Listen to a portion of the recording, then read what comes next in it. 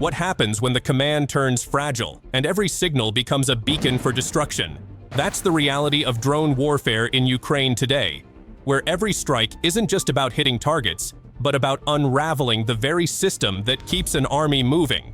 Keep your eyes to the story.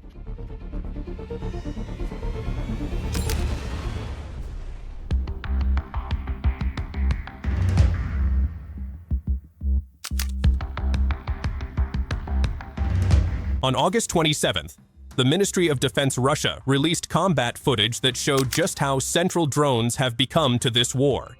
In Zaporozhye, Novorossiysk paratroopers used FPV drones to wipe out Ukrainian observation posts, shelters, and infantry.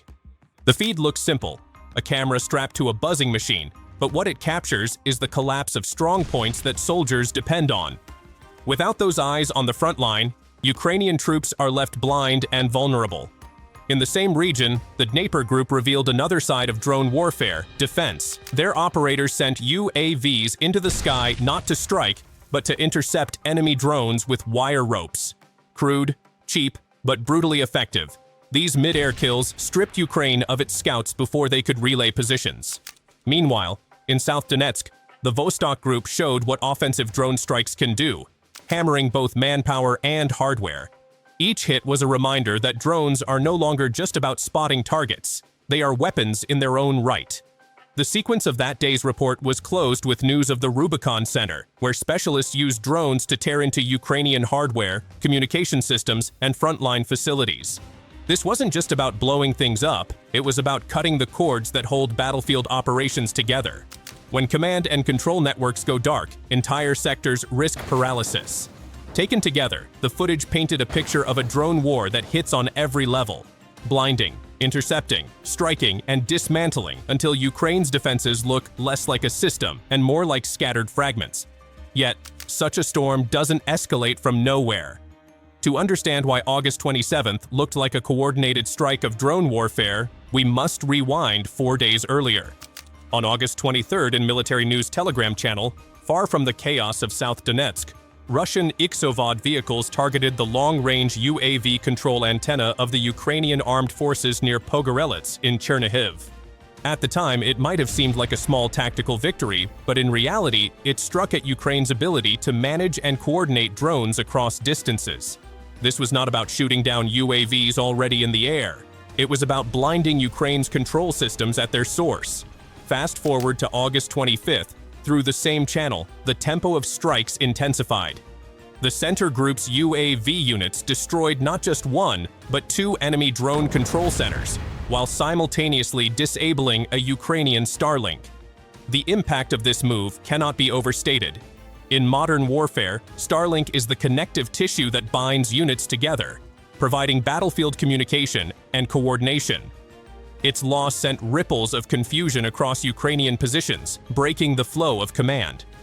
On the very same day, the Ministry of Defense Russia also announced the liberation of Zaporozhye in the Dnipropetrovsk region.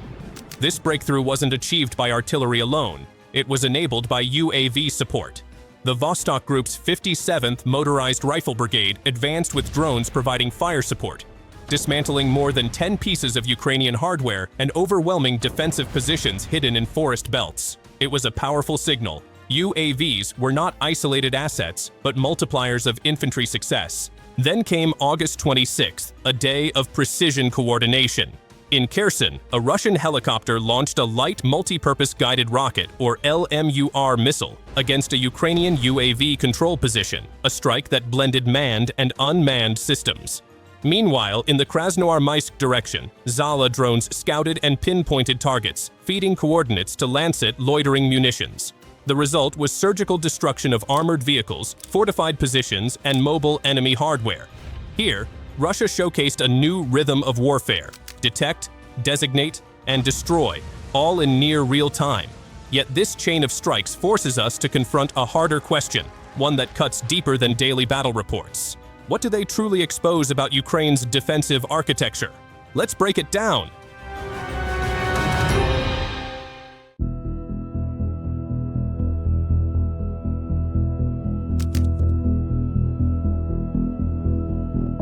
Russian drone strikes are not only about physical destruction, They reveal the structural vulnerabilities of Ukraine's warfighting infrastructure.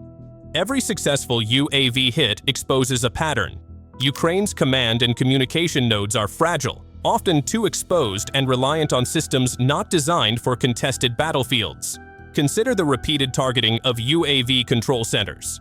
When these hubs are destroyed, Ukrainian operators lose the ability to direct drones in real time. The result is not just the loss of equipment, but the paralysis of entire operations. In warfare where drones are central to artillery spotting and reconnaissance, such paralysis is equivalent to fighting blind. The vulnerability extends to physical placement.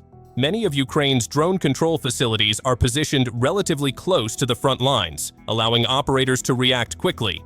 But this proximity is also their weakness. Facilities placed in accessible ranges of Russian reconnaissance and loitering munitions are almost guaranteed to be hit. Without fortified shelters or underground bunkers, these nodes become predictable casualties in every round of UAV escalation. Beyond physical placement, Ukraine also faces the problem of signal exposure. Drone control centers rely heavily on stable communications, but in a contested electromagnetic environment, every transmission is a beacon.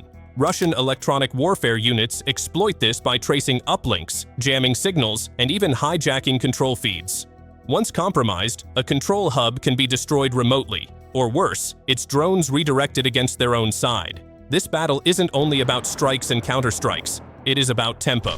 Russia has shown an ability to regenerate its drone sorties faster than Ukraine can rebuild its control networks. That asymmetry creates pressure points, forcing Ukrainian commanders to disperse, decentralize, and improvise with limited resources. But dispersion comes at a cost. Coordination breaks down, and the larger operational picture grows fragmented. As the relentless Russian strikes continue to chip away at Ukraine's exposed drone hubs, the pattern is undeniable. Every hit doesn't just knock out hardware, it slows the very rhythm of Ukraine's war effort. In a battlefield where tempo is everything, where the side that reacts faster survives longer, the question practically writes itself. If Ukraine cannot shield its drone command network, can it really keep pace in a war defined by speed and precision? We'll see it from another report from the battlefield.